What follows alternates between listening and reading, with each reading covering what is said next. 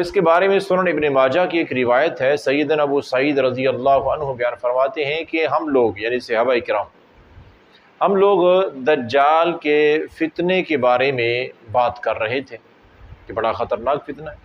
اسی دوران نبی رحمت صلی اللہ علیہ وسلم ہمارے پاس تشریف لے آئے، تو آپ نے فرمایا کہ میں تمہیں ایک ایسی چیز کے بارے میں نہ بتاؤں کہ جس کا مجھے زیادہ خوف ہے تمہارے متعلق، دجال کے فتنے سے بھی زیادہ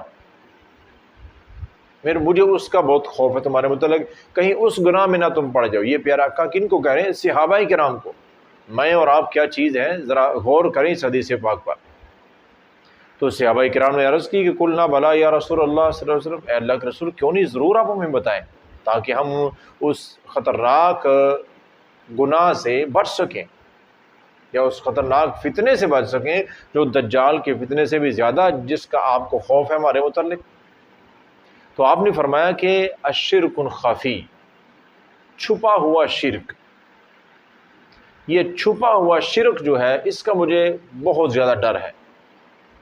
اور پھر آپ نے وضاحت فرمائی خود ہی کہ چھپا ہوا شرک کیا ہوتا ہے۔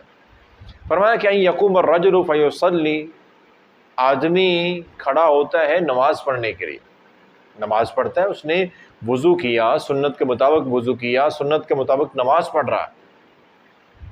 اب لوگ بھی دیکھ رہے ہیں نماز پڑھ رہا ہے، ظاہراً وہ نماز ہی پڑھ رہا ہے، لیکن فرمایا کہ وہ اپنی نماز کو اور زیادہ خوبصورت بنانے کی کوشش کرتا ہے، مزین بنانے کی کوشش کرتا ہے کہ لوگ اسے دیکھ رہے ہیں، لوگ دیکھ رہے ہیں، وہ یہ سوچتا ہے کہ لوگ دیکھ رہے ہیں تو میں نماز ذرا اور زیادہ پیاری بناؤں، یعنی کہ اس کا رکوع، قیام، سجود بڑے اطمینان تاکہ لوگ کہیں کہ بڑی اچھی نماز پڑھتا ہے۔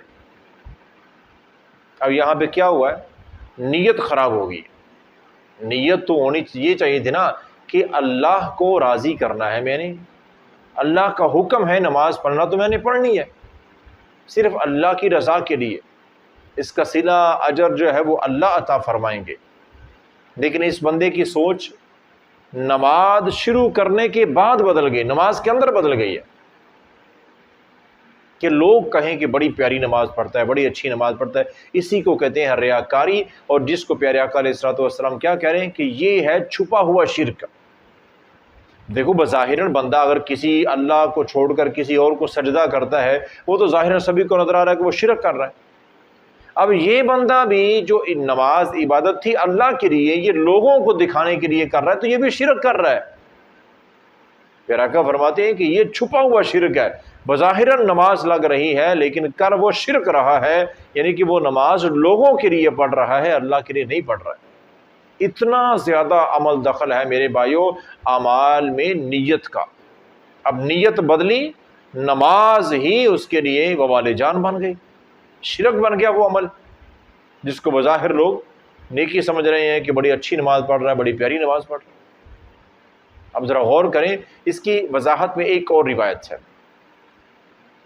اس نیت کی اصلاح کتنی ضروری ہے اس کے متعلق سیدنا شداد بن اوس رضی اللہ عنہ بیان فرماتے ہیں، مسند احمد کی یہ روایت بیان فرماتے ہیں کہ میں نے خود رسول اللہ صلی اللہ علیہ وسلم سے سنا، آپ نے فرمایا کہ من صلی یرائی فقد اشرک، جس بندے نے لوگوں کو دکھانے کے لیے نماز پڑھی اس نے شرک کیا۔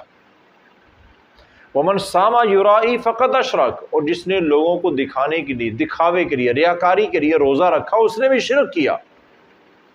ومن تصدق یرائی فقد اشرک، اور جس بندے نے صدقہ کیا ریاکاری دکھاوے کے لیے، لوگ واہ واہ کریں، لوگ تعریف کریں، تو فرمایا کہ اس بندے نے صدقہ کیا بظاہراً صدقہ لیکن وہ شرک کیا۔ اب ظاہراً بندے نے نماز پڑھی ہے، پیارا آقا فرماتے ہیں دکھاوا اگر نیت میں آ گیا ہے، نیت میں کھوٹ آ گئی ہے تو یہ نماز ہی شرک بن جائے گی، یہ روزہ ہی شرک بن جائے گا، اور یہ صدقہ ہی شرک بن جائے گا، جو کہ بڑی اعلیٰ قسم کی عبادات ہے۔ نماز، روزہ، صدقہ، یہ بہت بڑی عبادات ہے۔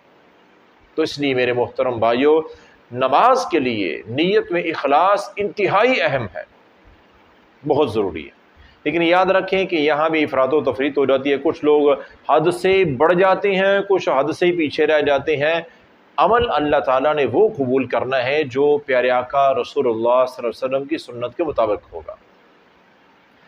تو نیت کرنے کا جو سنت طریقہ ہے وہ یہی ہے کہ نیت جو ہے وہ دل کے ارادے کا نام ہے، دل کے ارادے کا نام نیت ہے، بولنا نیت نہیں ہے۔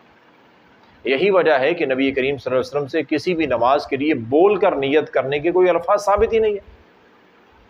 تو لوگ اپنی اپنی زبانوں میں 4 رکعت نماز فرض، 4 رکعت سنت، 2 رکعت سنت باجبہ، یہ وہ اس طرح کے الفاظ اپنی اپنی زبانوں میں بول رہے ہیں، یہ نیت کر رہے ہیں۔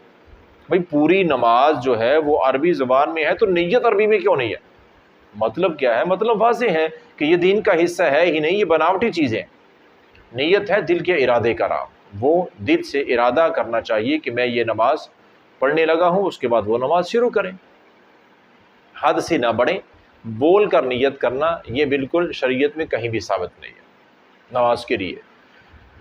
اور جو حد سے پیچھے رہ جاتے ہیں وہ لوگ کیا کرتے ہیں؟ آئیں گے نماز شروع کریں گے، کوئی نیت نہیں ہے، کوئی ارادہ نہیں ہے، بس نماز شروع کر دی۔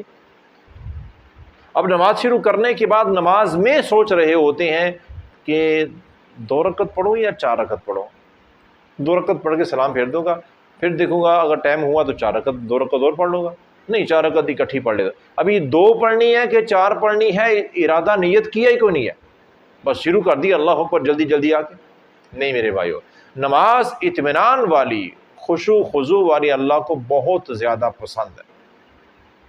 تو نماز کے لیے چاہے آپ باجماعت نماز پڑھا رہے ہیں یا امام کے پیچھے باجماعت نماز پڑھ رہے ہیں یا اکیلے نماز پڑھ رہے ہیں، تو جب بھی آپ نے نماز پڑھنی ہے تو جب نماز کے لیے آپ کھڑے ہوں تو پورے اطمینان کے ساتھ اپنی سوچ، اپنا ارادہ یہ مکمل کر لیں کہ میں ابھی سنتیں، نفل، وطر، فرض میں کیا پڑھنے لگا ہوں اور کتنا پڑھنے لگا ہوں۔ یہ ہے سنت طریقہ نیت کرنے کا، کہ نیت درست، دل کے ارادے کا نام، اور پورے اطمینان کے ساتھ وہ ارادہ ہمیں پتہ ہونا چاہیے۔ تو یہ ہے وہ عمل ہے جن میں افراط و تفریط ہمیں نہیں کرنی چاہیے۔ تو بہرحال نیت کا بہت اہم کردار ہے اعمال کی قبولیت میں۔ تو اللہ سے دعا کرتا ہوں اللہ تعالی ہمیں سنت کے مطابق نماز کے ان مسائل کو سمجھ کر عمل کرنے کی توفیق عطا فرمائے۔